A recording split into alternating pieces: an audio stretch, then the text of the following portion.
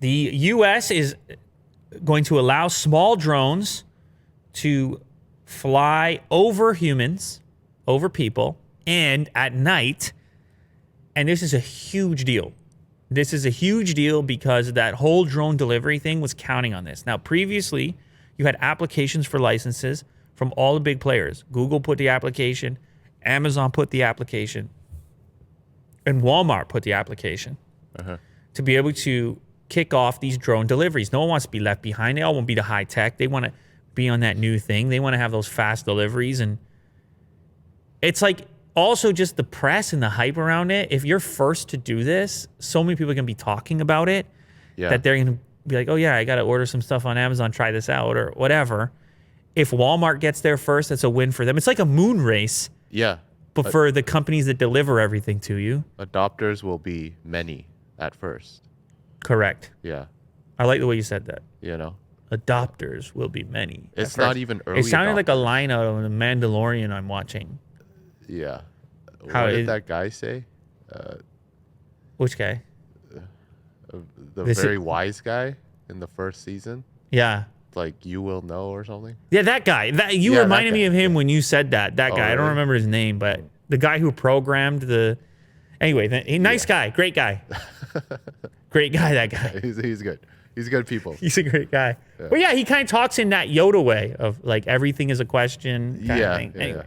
Very philosophical. Anyway, so this will allow for widespread commercial deliveries. There's a couple restrictions. There's going to have to be remote identification technology to enable drone identification from the ground. So they're going to have to spit out radio frequencies. Hey, I'm this drone. I'm from this company, whatever. They're going to have to be easily identified. These rules are coming into place very soon, 60 days after publication in the Federal Register in January. Drone manufacturers will have 18 months to begin producing drones with this remote ID, and operators will have an additional year to provide that remote ID. And as far as the nighttime stuff, at night operations, those drones must be equipped with anti-collision lights. And the remote ID restriction applies to any drone over 0.55 pounds. So anyway, they got rules. Currently, the United States has 1.7 million drone registrations and 203,000 FAA-certified remote pilots. So this could have a massive impact quickly. Yes. Things could really start to move quickly now. You'll start seeing swarms of drones. It could be the drones, the drone swarm. They have to have anti-collision stuff and those lights that I mentioned. But imagine at nighttime, all those little bees flying over your head and unrestricted or restricted, but far less restricted.